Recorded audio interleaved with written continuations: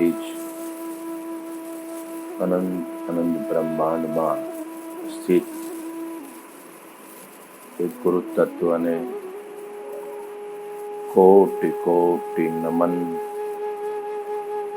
જય ગુરુ મહારાજ, जय गुरु महाराज, जय गुरु महाराज.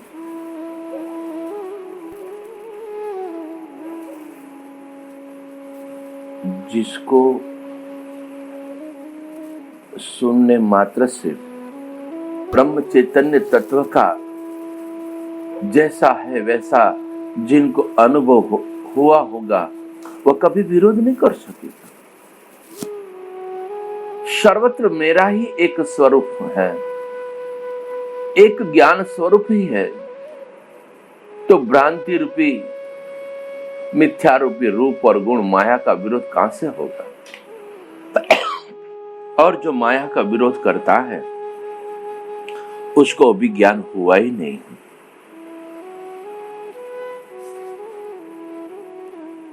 विद्वान होना एक बात है, शास्त्रों कंठस्थ कर लेना, शास्त्रों पर विवेचन करना. हम न समझे लेकिन औरों को समझाना बहुत अच्छी बात है. यहां तो गुरु महाराज हम सभी को कहते कि आप समझो पहले, आपकी अनन्य निष्ठा हो जाए फिर अपने आप आपकी सुगंध निकलेगी. यहां हम विद्वान होना चाहते हैं, यहां हम गुरु होना चाहते हैं. देह की पकड़, मन की पकड़, धन की पकड़ नहीं छूटी. राग द्वेष ईर्षा अहंकार घृणा मेरा तेरा काम वासना नहीं छूटी और अपने आप को ज्ञानी समझना चाहते हैं. ये अपने लिए खतरा है. इसलिए यहां कहते विद्वान होना बहुत अच्छी बात है और आत्मज्ञानी होना उनसे भी दुर्लभ बात है. हम इस आत्मज्ञानी सर्वत्र एक ही परमात्मा तत्व है, यह अनुभूति होना दुर्लभ है. कुछ विरलों का काम है, कुछ सिलवंत शिष्यों का काम है. विद्वान तो सब लोग कोई हो जाएंगे, लेकिन आत्मज्ञानी, ब्रह्मज्ञानी, ब्रह्मनिष्ठ होना कुछ विरलों का काम है.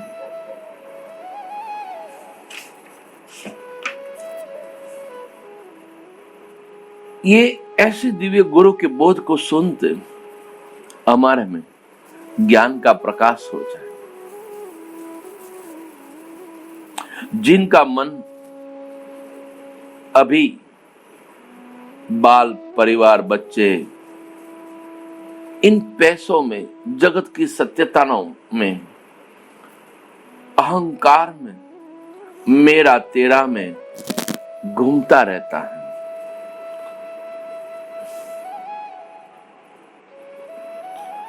ऐसे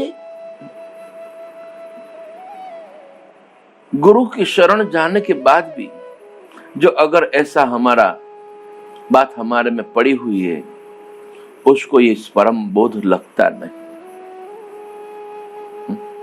खूंखार डाकू जैसल को अपने ही समर्थ सदगुरु तोरल के एक ही वचन मात्र से, सुनने मात्र से, दृढ़ता से स्वीकारने से, अनुभूति करने मात्र से एक पल में पीर हो गया.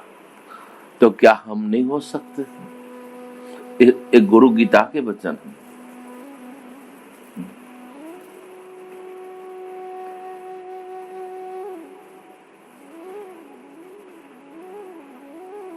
जिनको भी संसार सत्य लगता है उनको ये मुक्ति का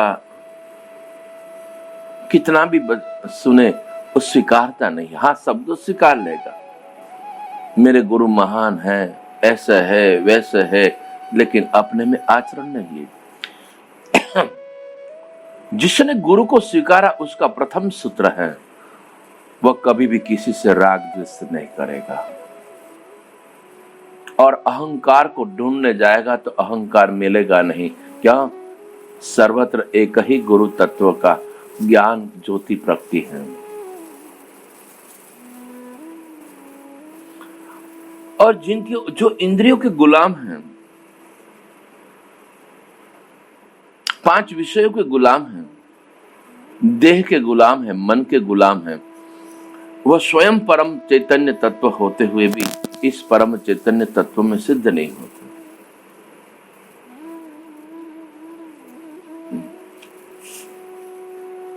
इसलिए ऐसे दिव्य वचन सुनने मात्र से सब बात हो जाना चाहिए।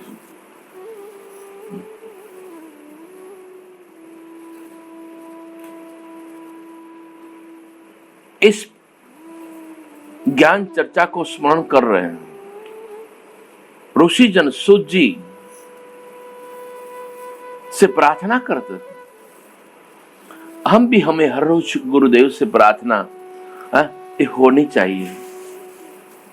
हे गुरुवर, हे मेरे समर्थ प्रगट ब्रह्म स्वरूप गुरुदेव, आप हमें कृपा करें और इन आपको अमूल्य वचनों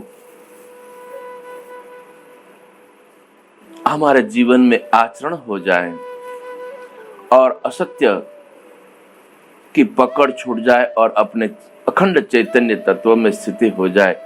ऐसे हमारे में कुछ ऐसी युक्तियां हमको सुनाइए। हे मेरे प्रभु, हे मेरे गुरुवर, गुरु कौन है, ब्रह्म क्या है, इसकी अनुभूति गुरुवर आपकी कृपा से इन विश्व के एक एक जीवात्मा को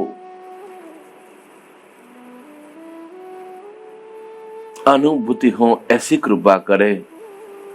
हे मेरे गुरुवर, जितनी हृदय गम्य पूर्वक प्रार्थना, शब्द नहीं प्रेम होना चाहिए, तो उसी के जीवन में सचमुच उस परम अखंड चैतन्य तत्व की अनुभूति होकर ही रहती है। जिसको प्रेम नहीं है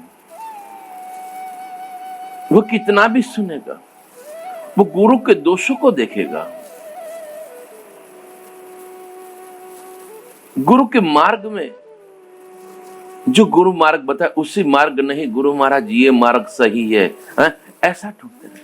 क्योंकि गुरु, जिस गुरु के शरण गए हैं वो जो बताए उसी मार्ग पर हमें चलना है। एकदम सरल और सहज रास्ता हमें बताया अपने आप में जागरूक होने के लिए। तो सुत जी हम सभी को इसी अखंड परम चैतन्य तत्व का मार्ग बता रहे हैं। उसी मार्ग पर हमारी विश्व की सभी की इसी गुरु तत्व में एक अखंड जागृति हो, यही गुरु महाराज की कृपा से हम सभी को आशीर्वाद है। जय गुरु महाराज, जय गुरु महाराज। सबका मंगल हो, सबका परम कल्याण हो और सब अपने अपने गुरु तत्व में अनहद अनुभूति की निष्ठा हो।